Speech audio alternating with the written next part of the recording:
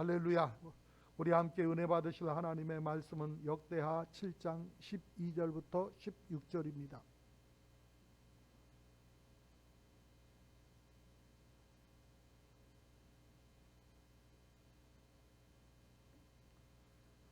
찾으신 줄로 알고 같이 읽겠습니다. 밤에 야훼께서 솔로몬에게 나타나사 그에게 이르시되 내가 이미 내 기도를 들었고 이곳을 택하여 내게 제사하는 성전을 삼았으니 혹 내가 하늘을 닫고 비를 내리지 아니하거나 혹 메뚜기들에게 토산을 먹게 하거나 혹 전염병이 내 백성 가운데 유행하게 할 때에 내 이름을 일컫는 내 백성으로 이 그들의 악한 길에서 떠나 스스로 낮추고 기도하여 내 얼굴을 찾으면 내가 하늘에서 듣고 그들의 죄를 사하고 그들의 땅을 고칠지라. 이제 이곳에서 하는 내 기도에 내가 눈을 들고 귀를 기울이리니 이는 내가 이미 이 성전을 택하고 거룩하게 하여 이 이름으로 여기 영원히 있게 하였습니다. 내 눈과 내 마음이 항상 여기 있으리라. 아멘. 주신 말씀 본문에서 이 땅을 고쳐주소서라는 제목을 가지고 함께 은혜를 나눕니다. 다 같이 해보겠습니다. 이 땅을 고쳐주소서. 아멘. 오늘은 현충일입니다. 우리가 나라와 민족을 다시 한번 생각할 수 있는 그런 시간이 되어지기를 원합니다. 저는 현충일이 되어지면 늘 기억나는 것 중에 하나가 이 6.1 전쟁에 대한 이야기를 들었던 때가 생각이 납니다. 여러분 혹시 6.1 전쟁을 아십니까? 1967년 이스라엘과 에집트를 중심으로 해서 이 주변에 있는 아랍국 이 동맹을 맺어서 연합군으로 이스라엘을 침공하고자 했던 그러한 전쟁입니다. 사실 당시 이스라엘은 300만 정도밖에 안 됐고 또 이집트만 해도 1억이 넘는 그러한 인구를 가진 나라였어요. 거기다가 주변에 있는 이 나라들이 동맹을 맺은 상태이기 때문에 군사력으로 보나 어떤 인적 자원으로 보나 재원으로 보나 말 그대로 계란으로 바위치기 같은 뭐 해보나 마나 싸움 시작하자마자 끝나버릴 수밖에 없는 그러한 전쟁이었습니다. 그런데 이 전쟁이 발발할 때쯤 놀라운 일이 벌어집니다. 이 말도 안 되는 전쟁, 하나만 한 전쟁, 시작만 하면 끝나버릴 수밖에 없는 이 전쟁에서 아무도 생각지 못했던 결과가 나온 것입니다. 그 당시에는 많은 사람들이 이 전 세계에 유학을 하고 있었는데 공통적으로 나타나는 현상이 하나가 있었습니다. 그 현상 중에 하나는 각 유학생들이니까 기숙사에 많이 기거를 하게 되지 않습니까? 그런데 학생들이 어느 날 밑도 끝도 없이 다 사라져버리는 거예요.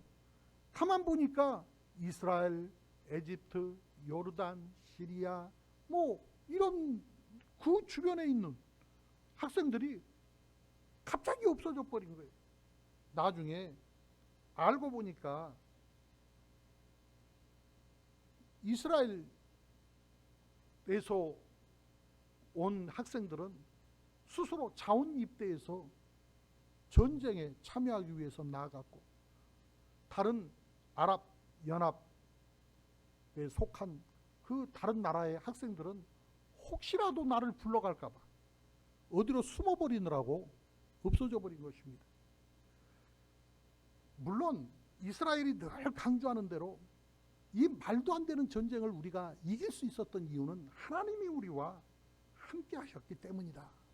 그렇게 말하고 있는 대로 물론 하나님께서 함께 하십니다. 그러나 하나님께서 함께 하실 때에도 하나님은 하나님이 일하시지만 반드시 사람을 통해서 일한다고 하는 사실을 우리는 알아야 합니다.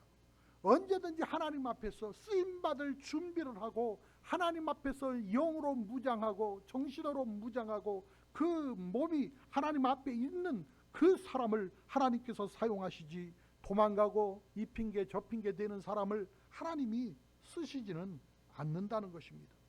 결국 이 전쟁을 통해서 이스라엘은 자기 그 손바닥만도 못한 그 작은 나라를 지키는 수준이 아니라 오히려 그 국가의 영토를 확장해가는 그러한 반전의 계기를 만들어 갑니다.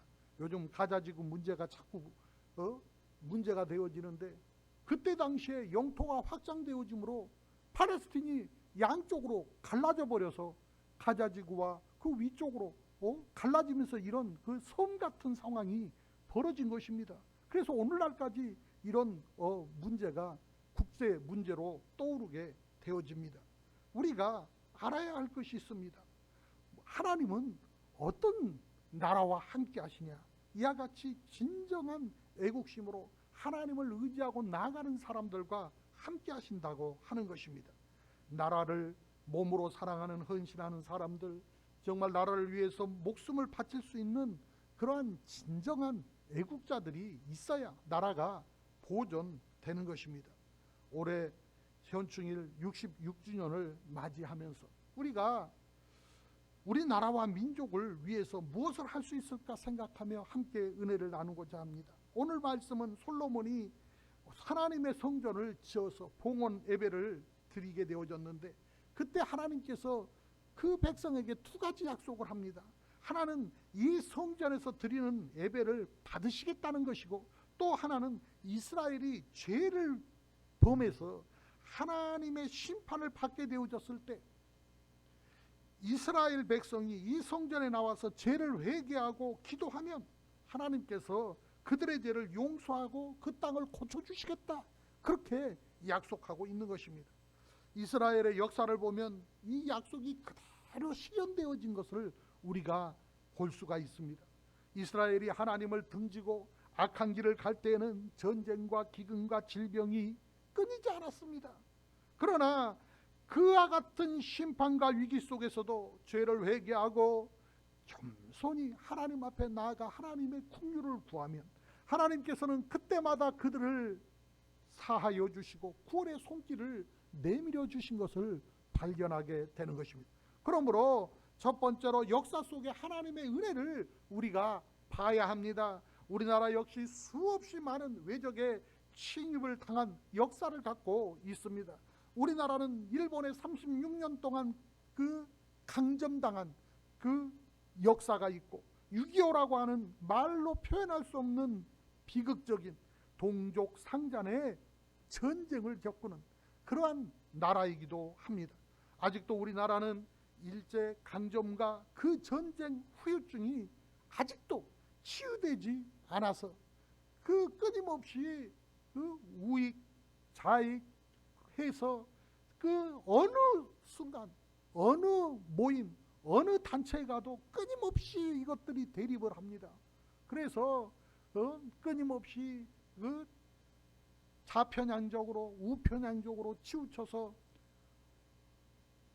국민이 하나 되지 못하고 분열되어지고 끊임없이 고통을 당하고 하나가 되지 못하니 일본과의 문제도 해결하지 못해서 끊임없이 일본의 온갖 치욕을 당하며 끌려다니는 이런 모습을 봅니다. 그런데도 이런 나라인데도 오늘날 세계 열강 10대 강국 가운데 당당히 어깨를 겨루면서 이와 같이 우리나라가 일어날 수 있었던 힘, 그 원인이 어디에 있다고 여러분은 생각하십니까? 우리가 강복을 맞게 된 것은 물론 애국지사들이 독립운동을 하고 헌신과 희생을 했기 때문에 그런 것입니다.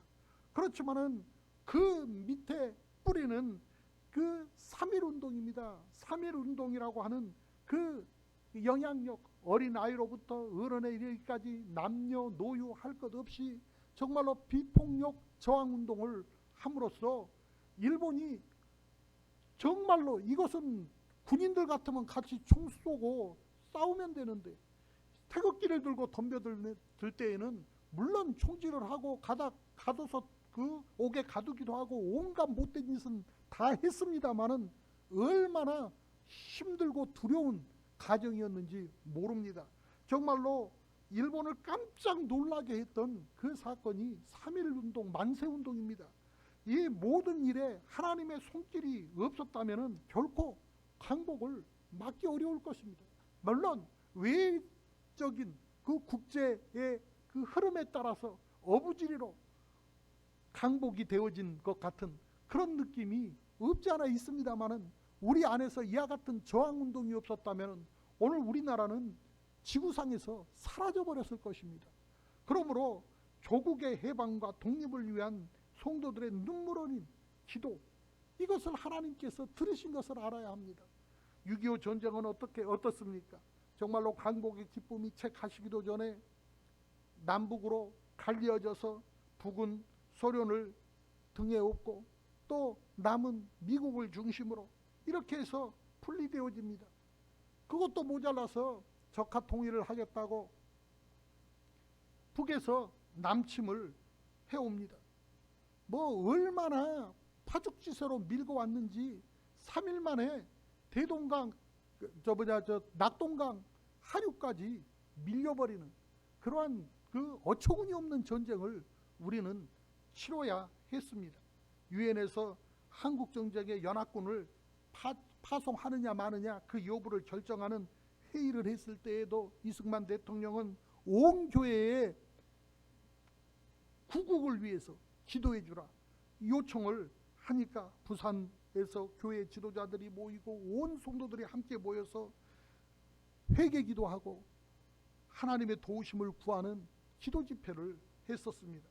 유엔 총회에서 연합군을 파송하는 안이 어떻게 해서 통과는 됐는데 마지막 관문이 하나가 남아 있었습니다. 그것은 안전보장이사회라고 하는 그 나라가 모여서 결정을 해야 하는데, 그 나라는 미국, 영국, 프랑스, 중국, 소련, 지금은 소련은 없어졌습니다만 이 5나라가 한 나라만 거부권을 행사해도 이게 통과가 안 되는, 무효가 되는 그런 상황이 되어졌는데, 당시에 소련의 외상이었던 비신스키라고 하는 사람이 착각을 해가지고 내가 참여하지 않으면 회의가 성립하지 않을 줄로 여겨서 그만 그 회의에 참여하지 않습니다. 그리고 남은 나라가 만장일치로 한국에 군사를 파견하기로 결정을 해서 소위 말하는 최초이자 마지막인 그러한 유엔 연합군이 이 땅에 와서 대신 싸우게 되어진 것입니다. 이 소련 외상이었던 비신스키는 외교의 기재였을 뿐만 아니라 국제법 박사였습니다. 이런 사람이 그런 일에 착각을 한다고 하는 것은 우연한 일이 아닙니다. 뭐 다른 사람들은 어떻게 생각했는지 모르겠지만은 하나님이 온 교회가 일어나서 기도하고 하나님 앞에 맡겨드렸을 때 그 기도를 응답해 주었다고 믿습니다. 유엔이 조직된 나라 그 이후에 16개 나라가 한 나라를 위해서 함께 참전을 해 싸우고 피를 흘리고 지켜낸 것은 대한민국이 전 세계 역사상 유일한 것입니다. 이것이 기도의 힘이고 이것이 나라가 보존되어지는 길인 것입니다. 이처럼 하나님의 은혜를 받은 우리나라는 전쟁의 폐허를 이겨내고 발전을 거듭해서 오늘날에 이르게 되어진 것입니다. 우리가 50-60년 전만 해도 상상할 수도 없었던 풍요를 지금 저와 여러분은 누리고 있는 것입니다. 그러므로 이래서 어렵고 저래서 힘들고 온갖 얘기를 다 해도 우리는 감사할 수밖에 없습니다. 우리가 이만큼 어려우면 우리보다 더 어려운 나라 사람들은 얼마나 더 어렵겠습니까? 우리 아이들은 3살짜리가 쇠망치 들고 돌개로 가지는 않지 않습니까? 아직도 3살짜리 아가들이 쇠망치 들고 돌을 깨야 입에 뭔가가 들어온다는 것을 아는 그런 나라가 얼마나 많은 줄 아십니까? 그런데 이런 감사한 일을 겪어도 깨닫지 못하는 것이 크게 문제입니다. 그러므로 두 번째, 오늘의 위기입니다. 오늘날 팬데믹으로 전 세계가 멈췄다가 백신을 이용한 방법을 모색하고 있는, 아직도 온전하지도 않은 그런 백신에게 기대를 걸 수밖에 없는 이러한 시점에 우리가 놓여 있습니다. 우리나라 형편들을 돌아보면, 소상공인들의 이야기를 들어보면 요즘은 너무너무 어렵다고들 합니다. 또 요즘 보도되어지는 것을 보면 수출이 좀 나아졌다고 하기는 하지만은 그것은 몇 개 대기업에 불과한 것이고, 전 세계가 어렵고 국내적으로 경제 상황이 굉장히 어려운, 말 그대로 총체적인 위기에 직면해 있습니다. 그런데도 정치는 정쟁을 멈추지 않고 정당과 정당이 대립하고 언론과 언론이 대립하고 지식인과 지식인이 대적하고 있고, 시민단체와 시민단체가 무한 갈등으로 치닫고 있습니다. 도무지 뭐가 옳은 건지, 뭐가 무슨 말을 하는 건지 서로 자기만 옳다고 주장하고 있는 것입니다. 오늘 본문의 말씀이 그러하였던 것처럼, 우리나라 역사가 그러하였던 것처럼, 이스라엘이 그러하였던 것처럼 이와 같이 연병이 돌고 이와 같이 어려움이 생기면 하나님은 반드시 하나님의 전으로 와서 기도해라, 그러면 너희를 고치겠다고 말씀을 하셨는데도 불구하고 하나님의 전에 모이는 것을 못하게 하고 하나님 앞에서 기도하는 것 자체를 코로나를 핑계로 하지 않는 것이, 이것이 문제인 것입니다. 더불어 함께 살아가는, 상생하는 관계가 사라져버리고 그저 어떻게 하든지 너 죽고 나 살자는 식으로 삶을 살아갑니다. 극단적인 논리로 사회 전반이 가득 채워져 있습니다. 공교육은 무너져서 학원 폭력이 성행하고 사제간의 윤리는 무너진 지 까마득하고 그부간의 우애가 뭔지 생각할 겨를도 없는 그러한 교육 현장이 되어지고 말았습니다. 안보는 어떻습니까? 그간 우리 정부도 민간도 교회도 통일을 위해서 얼마나 많은 노력을 했습니까?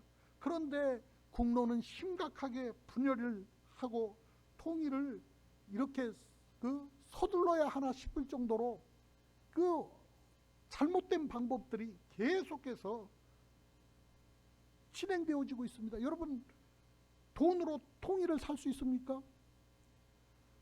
아무리 퍼다 줘도 안 되는 거는 안 되는 거예요. 우리는 아직 엄연히 전쟁 중이라고 하는 사실을 잊지 말아야 합니다. 우리나라 사람들은 착각을 해요.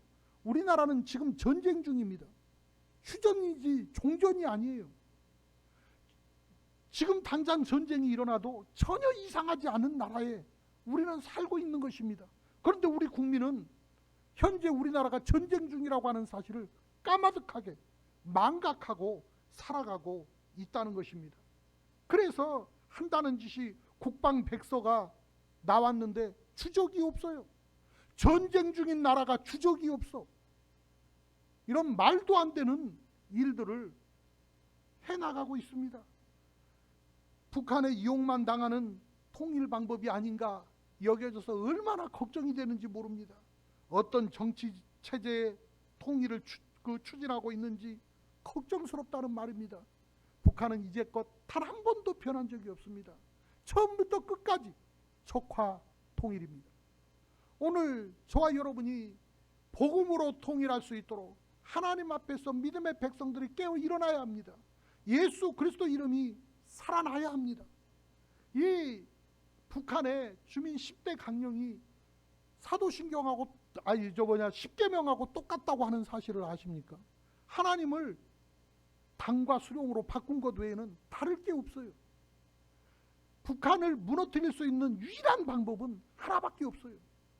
복음이 들어가야 합니다.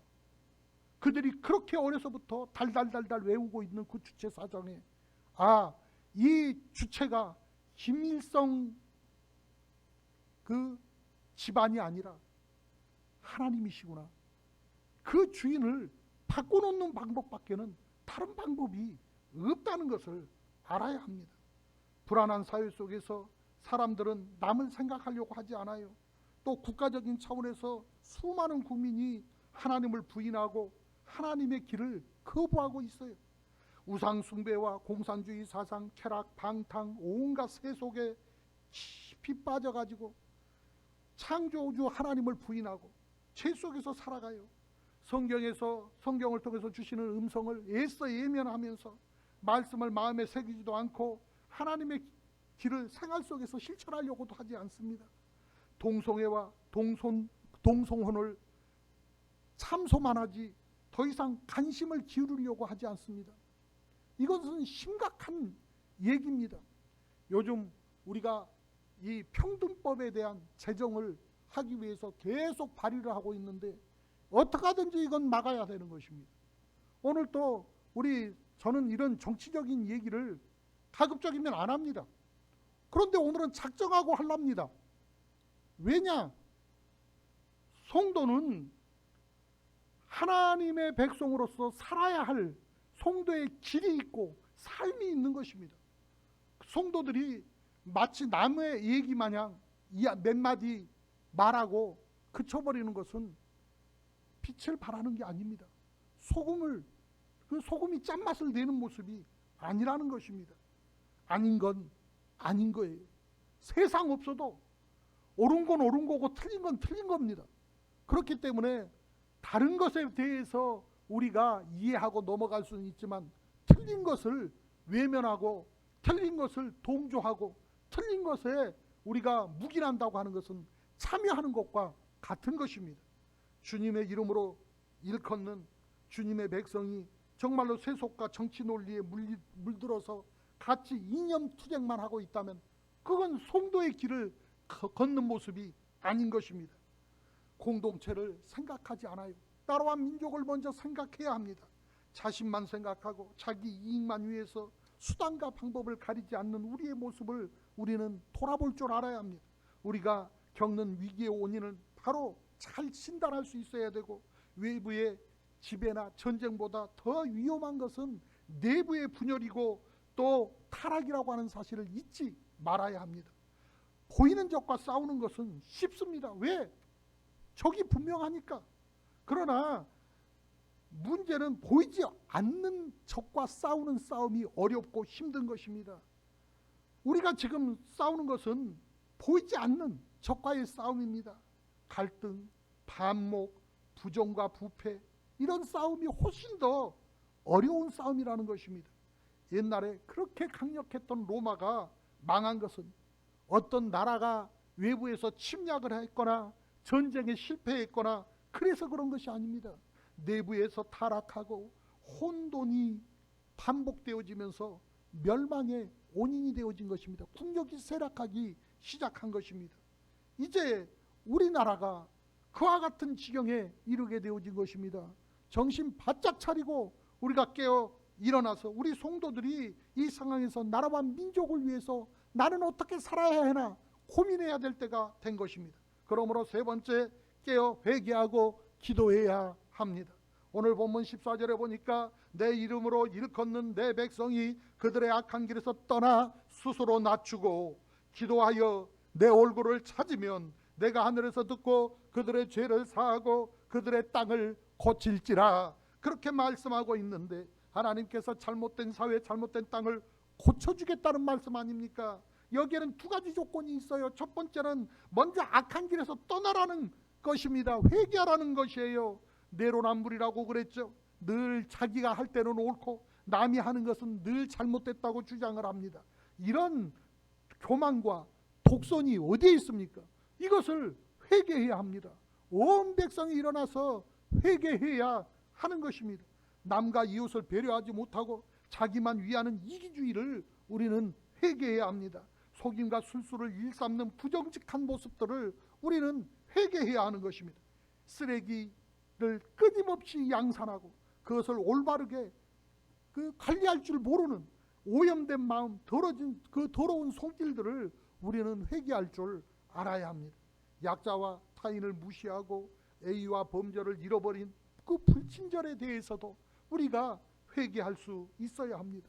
자연을 파괴하고 오염시킨 환경 적대적인 행위들을 회개해야 합니다. 그렇습니다. 교만이 겸손으로, 이기주의가 이타주의로, 부정직한 것이 정직으로, 낭비가 절제로, 불친절이 친절로 바뀌어야 합니다. 환경 적대적인 행위들이 환경 친화적인 그러한 자세로 바뀌는 회개 운동이 일어나야 우리 사회와 나라가 고쳐지는 것이고 또한 하나님의 은혜가 임하는 것입니다. 두 번째로 우리는 하나님 앞에 모여서 기도해야 돼요. 우선 나라의 지도자들을 위해서 기도해야 됩니다. 가정이 행복하려면 부모가 바로 서야 되고, 학교가 정상화되려면 교장과 교사가 바로 서야 되고, 회사가 성장하려면 사장과 임원들이 바로 서야 하는 것처럼 나라가 흥황하려면 대통령과 지도자들이 바로 서야 되는 것입니다. 그래서 디모데전서 2장 1절부터 2절에 보니까 그러므로 내가 첫째로 권하노니 모든 사람을 위하여 간구와 기도와 도구와 감사를 하되 임금들과 높은 지위에 있는 모든 사람을 위하여 하라. 이는 우리가 모든 경건과 단정함으로 고요하고 평안한 생활을 하려 함이라. 그렇게 말씀하고 있습니다. 권력이 부패하고 지도자가 타락하면 사회는 혼란과 방종에 빠질 수밖에 없어요. 따라서 국가 지도자들을 위해서 저와 여러분이 기도해야 하는 것입니다. 예전에 우리 조은기 목사님께서 그렇게 욕을 먹어가면서도 독재 정치에 협력을 한다는 등 온갖 소리를 다 들었지만, 정권이 바뀔 때도 어떤 정권이 바뀌어도 민주당 쪽에서 해도 공화당 당 쪽에서 해도 항상 대통령을 위해서 기도하라고 말씀하셨어요. 왜요?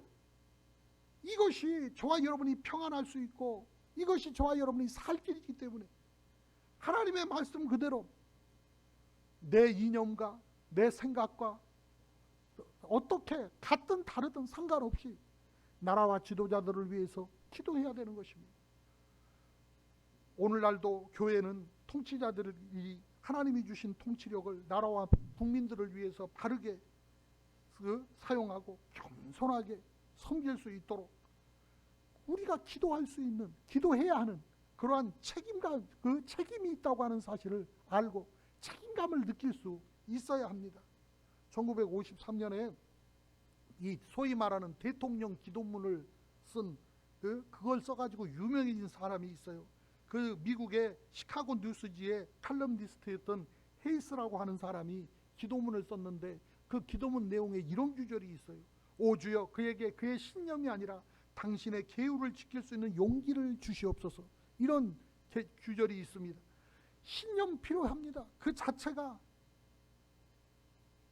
완전한 신념이 있을까요? 개인의 신념은 늘 상황에 따라서 달라지고요. 또 이 배경에 따라서, 입장에 따라서 개인의 신념이라는 것이 맨날 달라지는 것 아닙니까? 그러니까 공통적인 어떤 선이 아닌, 유익이 아닌 개인의 신념만을 고집하게 되어지면 끊임없이 험악한 분위기가 만들어져서 다투고 분열이 일어날 수밖에 없는 것입니다. 그렇기 때문에 자기 신념이 아니라 하나님의 계율, 하나님의 법도, 하나님의 진리를 따라서 지도력을 발휘해야 그 나라가 올바른 방향으로 갈 수가 있다는 것입니다. 유엔 사무총장을 지냈던 다크 함마슐터는 각국의 분쟁들을 잘 조절하고 화해시킨 것으로 유명한 세계적 지도자입니다. 이 사람이 일기에 쓰기를 뭐라고 썼느냐면, 인류와 국가와 인류를 위해 사심없이 봉사하는 일은 가장 보람 있는 일이다. 봉사를 위해서는 개인의 이익을 희생해야 한다. 의무에 대해서는 냉혹한 헌신이 필요하다. 나는 믿음 안에서 행동한다. 그러면 기적이 일어난다. 혼탁한 세상이지만은 그 안에서 믿음으로 행동하면 하나님께서 기적을 일으킨다. 자기 일기에 그렇게 써놨어요.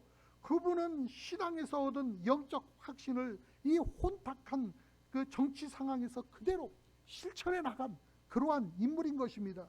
서양 사람들이 참 의식이 깨어있고 선진 문화를 가지고 있는 것은 간단합니다. 하나님을 두려워하는 지도자가 있기 때문에 그렇고, 그 백성 마음 가운데 하나님을 두려워하는 마음이 깔려 있다는 것입니다. 기독교 정신이 사회 곳곳에 뿌리내려서 높은 도덕 수준과 선진 문화를 이루어가는 것입니다. 요즘 우리나라는 모세와 같이 자신의 생명을 헌신하는 지도자, 요셉과 같이 비전이 있는 지도자, 다니엘과 같이 기도하는 그런 지도자가 간절히 필요합니다. 이 일을 위해서 온 교회가 일어나 기도해야 됩니다. 그리고 우리 성도들이 몸으로 기도해야 합니다. 우리의 기도가 삶이 되고 저와 여러분의 생활이 기도가 되는 산재물이 되어야 합니다. 일본의 강점기에 우리 정부가 이 1,300만 원이라고 하는 그 당시로서는 거액의 빚을 지고 있었는데, 그 빚을 갚기 위해서 금검 전략하고 국채 보상 운동을 일으킨 사람들이 믿음의 백성들, 기독교인들이었습니다. 이렇게는 안 된다. 나라를 구하자. 우리가 아끼자. 무슨 대통령이 했는 줄 아십니까? 무슨 장차관들이 했는 줄 아십니까? 아니요. 맨날 보릿고개와 싸워가는 그런 국민들이 먹을 것도 먹고 죽을 것도 없는데 그걸 전략하고 아껴서 그 빚을 갚아간 것입니다. 사람들은 교회를 그러니까 민족의 등불이라고 인정을 했고 그렇게 여겼습니다. 일본은 우리나라 정치인들이나 지식인들을 무서워했던 것이 아니라 정신이 올바른 교회와 그 교인들을 무서워했습니다. 그 몇 프로도 2, 3%밖에 안 되는 기독교인들이 전 국민을 이끌어가고 새로운 운동을 끊임없이 만들어냈습니다. 18세기에 타락한 영국을 구한 것도 사회개혁제도도 아니었고 정치개혁도 아니었어요.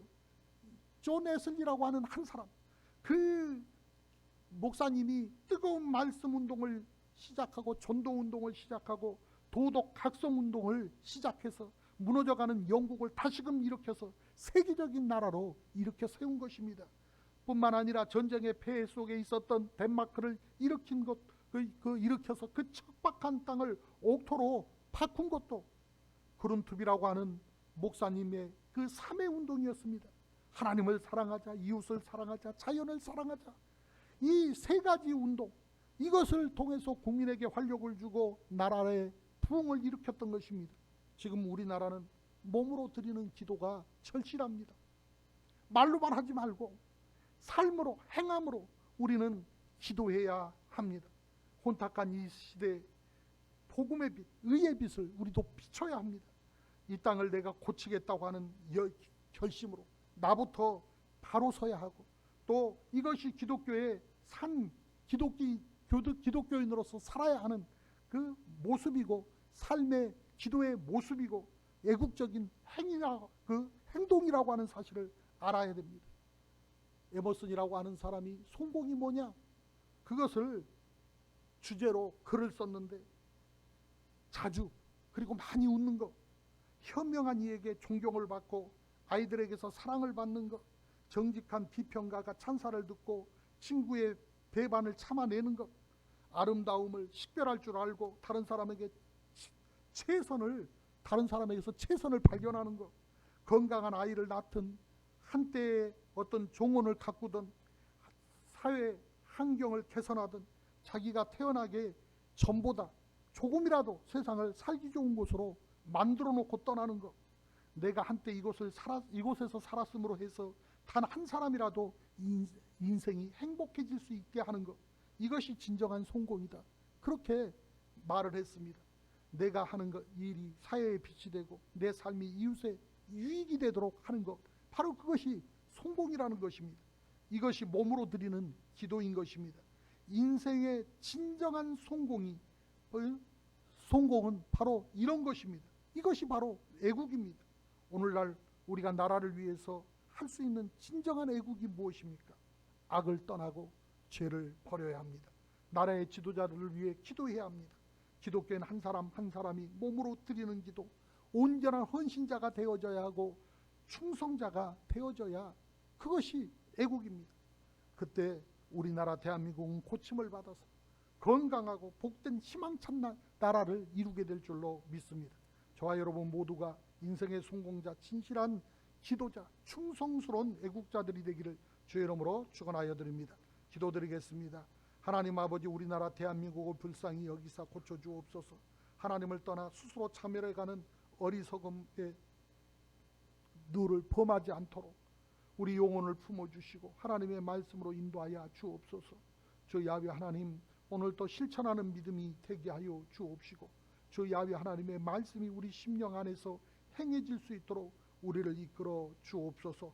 오늘도 기도하는 주의 백성들로 인하여 나라와 민족이 소망을 얻게 하여 주시고 위기에서 잘 이겨내게 하여 주시사 다음 세대들에게 아름다운 국가를 물려줄 수 있는 부끄럽지 않는 기성세대들이 다 될 수 있도록 역사하여 주옵소서. 하나님의 소망이 우리 안에 넘쳐나게 하실 줄 믿사옵고 예수님 이름으로 기도드립니다. 아멘.